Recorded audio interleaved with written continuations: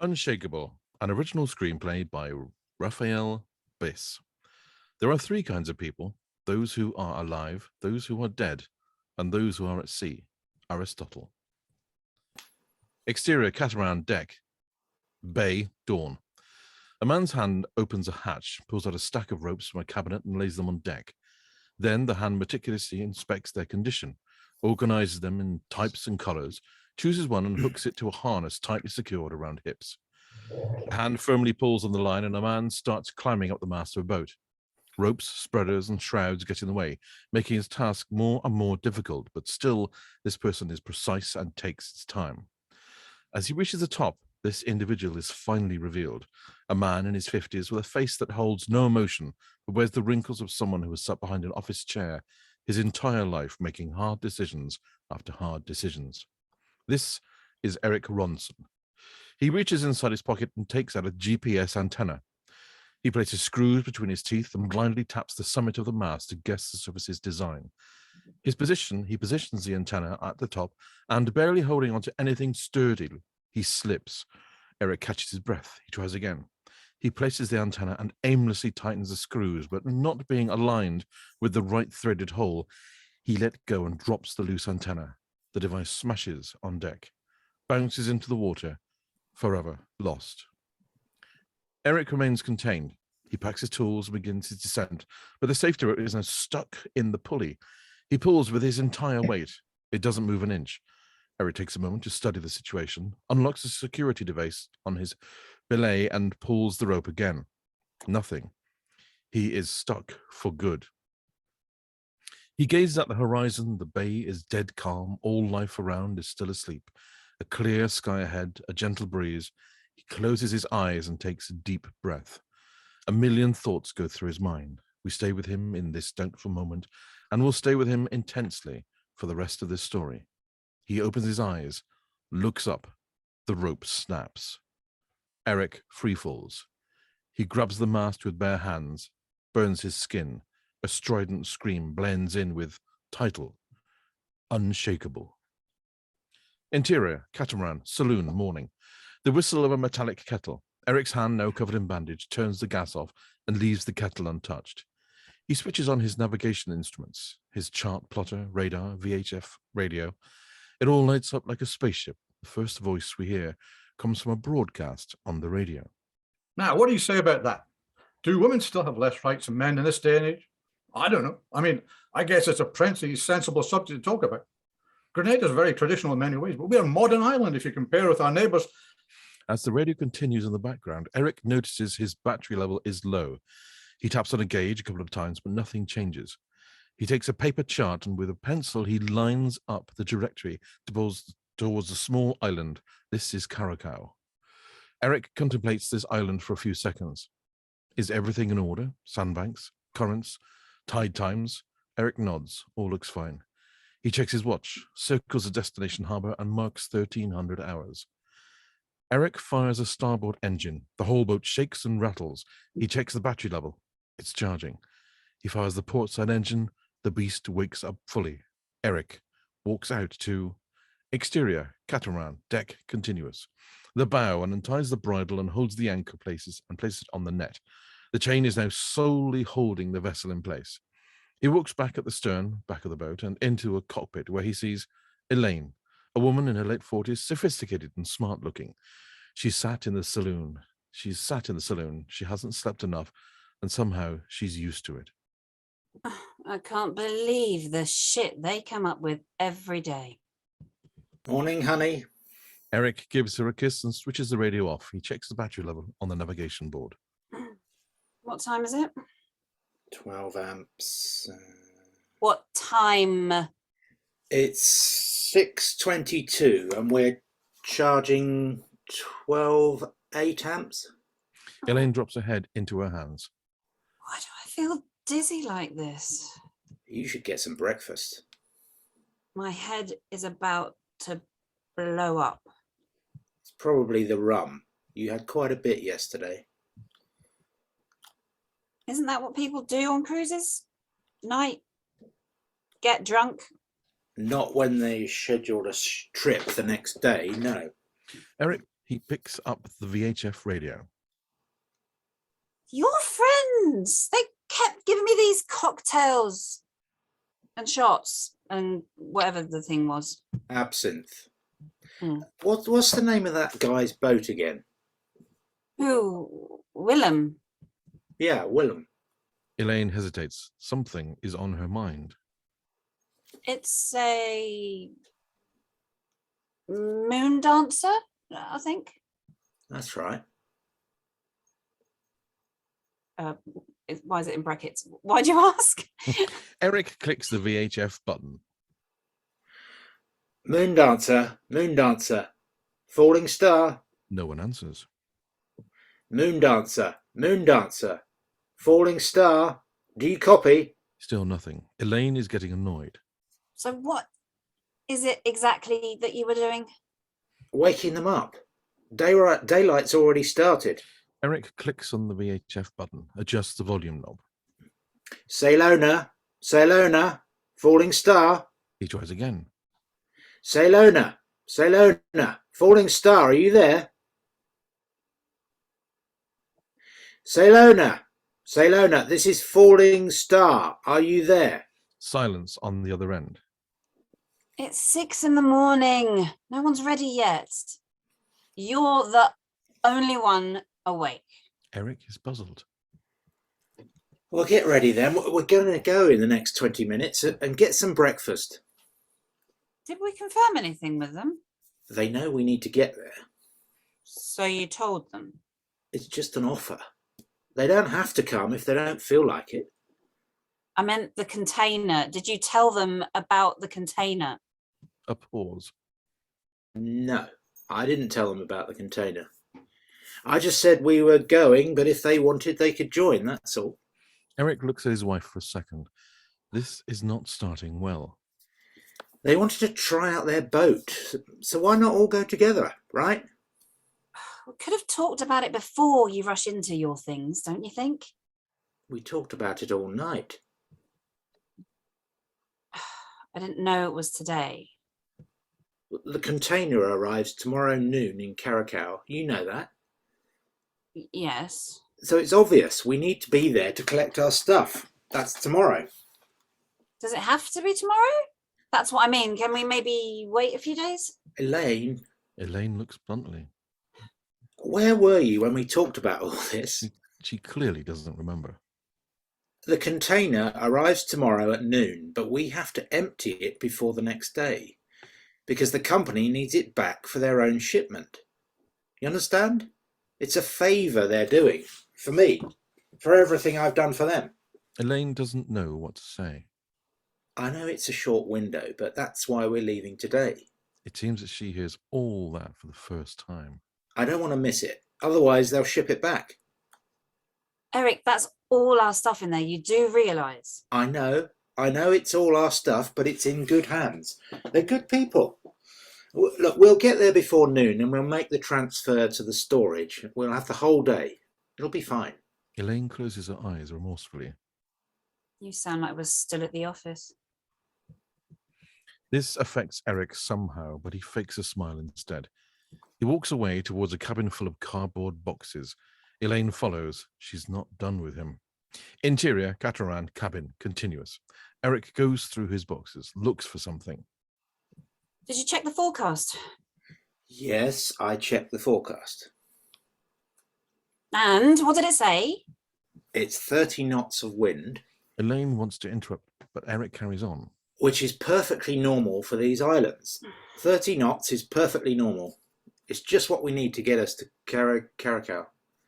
They are never going to follow with 30 knots. It's always going to be 30 knots in this place.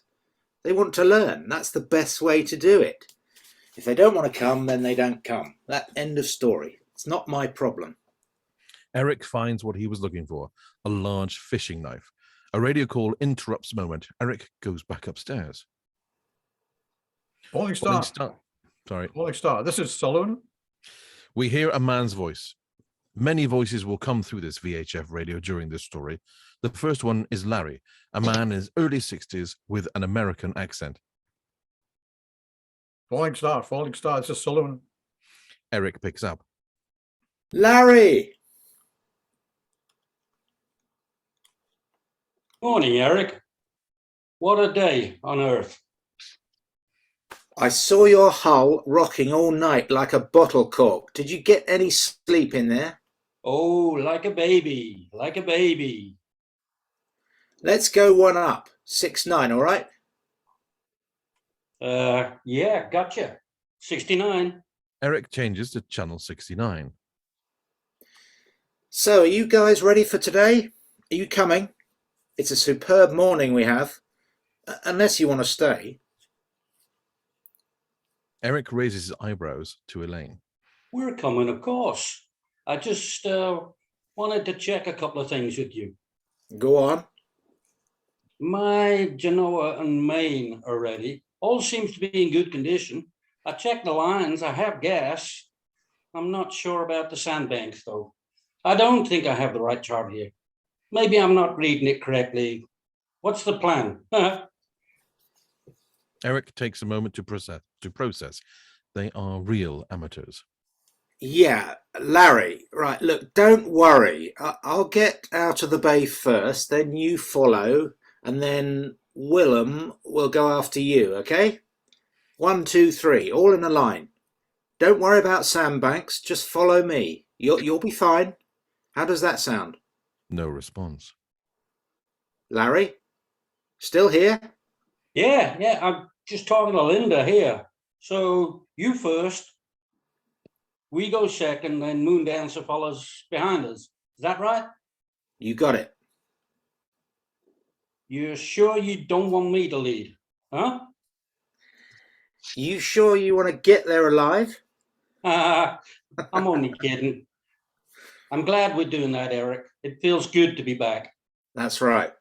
Going in 10 minutes tops. If anything pops up, just give us a call. 10 minutes, roger that. Oh, Larry, you still there? Yeah, Any news from Moondancer? you want me to call him? No, look, you do your things. I'll radio him now. Back to 68, over and out. Eric changes the knob to channel 68. He takes out his binoculars and walks out. Exterior catamaran, deck, continuous. Onto the cockpit. Eric scans around. There's a dozen other boats in the bay. He finds Salona, Larry's boat. She's a 45-foot Betano Oceanis. On deck, we see Linda handling some lines. Larry joins her on deck. Eric pans further and looks for the other boat, but he can't see it from his position. Eric looks up at his weathercock. Still a steady wind. They should go. They should go now. Thank you, Rory. Brilliant. Thank you. Okay, who wants to start on this? I wish this pad would not do that. I've actually made a whole bunch of notes. Shall I just go through my notes? Yes. I want to know how old Eric Ronson is. Mm. You don't tell us. I'm going to put my light on. Apologies, I was in the dark. So I want to know how old he is. I also want to know where we are up the top at the start and when. It's back to that old one. It sounds like it ought to be perhaps the Caribbean. I'm not sure. So I'd like to know that earlier. I'd say the description's great, but it's possibly too much of it at the beginning. You need caps for sounds, and it's unnecessary to say things like back of the boat in brackets, because it makes us all feel like idiots.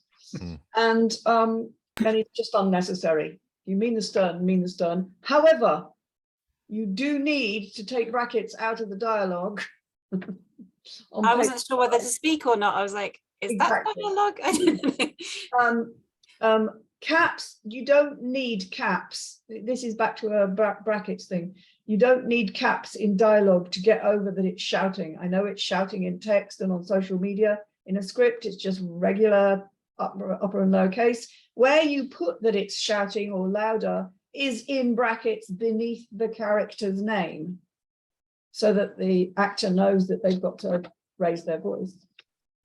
I do feel that there is too much dialogue throughout about absolutely nothing at all. Page 5, page 6, and page 7 you could condense into one page easily. there's too much between the two of them. You're not actually establishing their relationship particularly, other than the fact that, you know, she seems to have had a hard night and doesn't want to, isn't sure that she wants to do what she's doing. And then you mentioned this place, Kariakou. I'm not sure how you pronounce that, which is great, but we needed that at the top and we needed to know where that was. And also, they keep on saying this name, and I'm wondering, I don't think in real dialogue you'd do that, would you? You know where you are, you know where you're going. You've said it once, Yeah. you know, unless you're going to really kind of go, okay, we're going to Kariakou. What part of Kariakou don't you get? You know, it's that kind of. Yeah, unless you're being funded by the Kariakou Exactly. tourist board. Sponsored by Kariakou. Sponsored by. Then also we got confused, I think. Oh, I got confused by the radio. If it's Yes, I Larry, did. name him as Larry. Don't just say radio. Yeah. definitely. Poor Larry. Also, there's a bit on page 9. You've got like Razor's eyebrows comment. I mean, you don't need that. Just let the actors do their thing. And again, I made another note about then the dialogue there between Larry and whatever his name is. You see, that's how Eric, sorry, got a friend called Eric as well. Eric and Larry, it's like, no, I don't think they'd have that conversation on the radio. They might have it over a drink later, but you know, I think on the radio they'd be fairly like tight about what they were doing and what they weren't doing. So that's my comments. Catherine. I'd agree with pretty much everything there. Time and place, we need to know that. It needs a proofread because there were quite a few mishaps. You're missing quite a few caps. Names need to be in caps, and you've got some punctuation issues. I also noticed there were a few, I'm presuming they're mistakes with plurals and singulars. You've got let's go or let go. They mean different things, and you've put them in the wrong context, I think, there. And another time with hour and hours, and decision and decisions. You don't need the S's in certain respects if you're only talking about constant or future times and things. Brackets, yeah. I found it was a bit novelesque with all the first couple of pages. It read like a novel rather than a script. With the visuals were great, I think. But yeah, I think it could be condensed quite a bit. I found, well, there was a couple of bits that made me think of something. On page 8 and 10 specifically, the action and direction sounded more like voiceover dialogue, and that would have made it quite interesting to either be dialogue or even subtitles. That would have given them more of an in-depth feeling of the piece. It would have been very particular. I could quite happily see maybe a bit Tarantino-esque, which it's not one of my favorite directors, but it would give an edge to it a bit more, I think. That might work quite well, but it was reading like voiceover and descripting, and yeah, I think it needs a little bit of a brush up, but I found it intriguing. I want to know what happens next. It's an interesting story, so would like to hear more. Yeah, but it needs a tidy up, I think. Okay, cool. Thank you. John. First things first. When it comes to radio traffic at sea, there are specific protocols that must be followed. They're not willy-nilly, they are must, because all modern ships now come with a black box. And everything you say on the radio is recorded. Hence, there are protocols. The reason being because if ships get lost at sea, they can, find them what happened from the black box. Same as in airplanes, exactly the same principle. Would that be the same principle if this comes across as that they're doing something underhanded? So I don't think it would be. Well, no, they're on obviously expensive yachts. He's tried to put a GPS tracker up there. They're going to get something from a container. Because I wasn't sure if they'd even met each other before. It came across like they didn't know each other very well. Well, I think they met the evening before. Yeah, as in like they're not like, good friends or anything. But irrespective, I mean, you still have these protocols. Believe it or not, this is one of the reasons why drug traffickers don't use the radio. They use cell phones. In case you didn't know, this is how the police can track them, because they GPS their cell phones now. They're very cunning at the police. I know, this is how I lost me 10 million on my cocaine. You know we're being recorded, don't you? Yeah. Yeah. All joking aside, I see a lot of humour in this. I don't know if it's intentional or not, but I do see a lot of humour in it. Going back to what's previously been said, where you put radio, just put Larry from the boat. It would avoid confusion, because you've already got somebody cast for radio, and you saw what happened on this. Ian, thinking it was, and I'd read further down, I was like, oh, no, that's me. But an intriguing story. I'm perplexed, but I'm also want to know more. I want to know what the hell's in that container. When they say it's everything we own, I mean, is it just clothes and a used mountain bike? Because everybody's got one of them in their cupboard somewhere. Yeah, interesting. Good point. Ian. Yeah, I go along with just about everything everyone said as well, regarding the formatting, some of the things that are not quite right with it. I think that whole first scene is about making us aware that they've lost the GPS. I mean, the whole thing, it falls in the water. So that whole scene could have been done quite much more quickly. It could have been condensed down to, you don't need all that detail about cross-threading or whatever it was, all that kind of stuff. Far too much detail in that. There was a lot of things that, again, very descriptive. It was looking for, is everything in order? Sandbanks, currents. How would we convey that to the audience? We're not, he's just listing things out. He's not going to stand there speaking, telling us these things. And I think it would have worked better. I agree with you, Angela, about that conversation between the two couple on the boat. That could have been done by having a scene from the night before.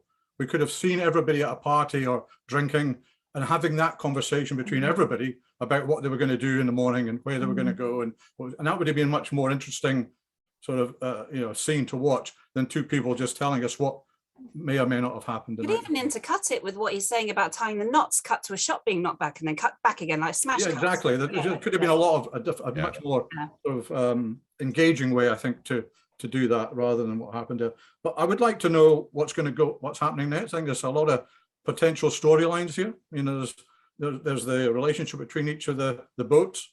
Where is that boat that seems to be missing already? Is the GPS missing? Has obviously got some relationship to something that's coming up. The container, what's in the container? It sounds like these guys, this couple this is their life now. They've packed everything up and they're off to sea on a boat. So I think there's a lot of stuff that could be explored. So there's a lot to be done, but I think there's a bit of work to be done at the front end. Cool, thank you. Can I just quickly add? I forgot to say that with regards to character writing. Obviously, this is the first time I've read it, so it's a completely cold read, but it did come out, shone out to me. Elaine came across written very well at the beginning when she was hungover, possibly still a bit drunk. Then she seemed to disappear. Her character kind of went. The dialogue kind of lost its essence, and it was bordering on broken English a little bit. So I might want to have a look at distinguishing the characters a tiny bit more, because I think they sound like they could be really interesting. And she suddenly becomes a series of stage directions. Yeah. She's kind of lost her oomph quite rapidly. So be careful with that with dialogue. But sorry to interrupt. Yeah. Okay. It was like, sorry, just 30 seconds. It was like listening to bloody Janet and John on the radio. Elaine is annoyed. Elaine wants a cup of coffee. Elaine smacks Johnny. Okay, Stewart. I think pretty much everything's been said, I think, by everybody else. I think, yes, it was too descriptive. I thought with Rory's lovely voice, I was almost like drifting off into listening to a novel being read, Sorry, audio book. And I thought, oh, crikey, this isn't what's intended. But no, I mean, in all seriousness, I think that the characters could be so much more. Actually, I don't know. They could be built up to be really interesting characters. This person, this couple who've left their old life behind. There's mention of the office. So the office life's gone, and the kind of where are they off to, and what are they getting mixed up in, and the people they're meeting, and it could lead to a really interesting story. And yeah, people have said about the container, and is it just their stuff in the container, or is there something else in there, like a dead body, or what, God knows what, or drugs or something, I don't know. But that's me speculating. But I think the writer has obviously done sailing before, or very with all the description of the equipment and things like that, or they were well read up. So yeah, writing from experience, it sounds like. So just go with that, but really develop the characters, I think, and make a really interesting story out of it. Their own little indiscretions. I think it might be quite a nice idea to make Elaine the drunk. Because it's always the man that's the drunk. It'd be a nice flip to have a woman that's the pisshead, Yeah. Yeah, and he's got to put up with her on the boat. The gender bit there, sort of thing, the stereotypical bit, that might be nice. Sorry, I need to apologise because I have having just reread the first page, realised that it does say in the previous previous paragraph too that this is Eric Ronson, that he's a man in his 50s.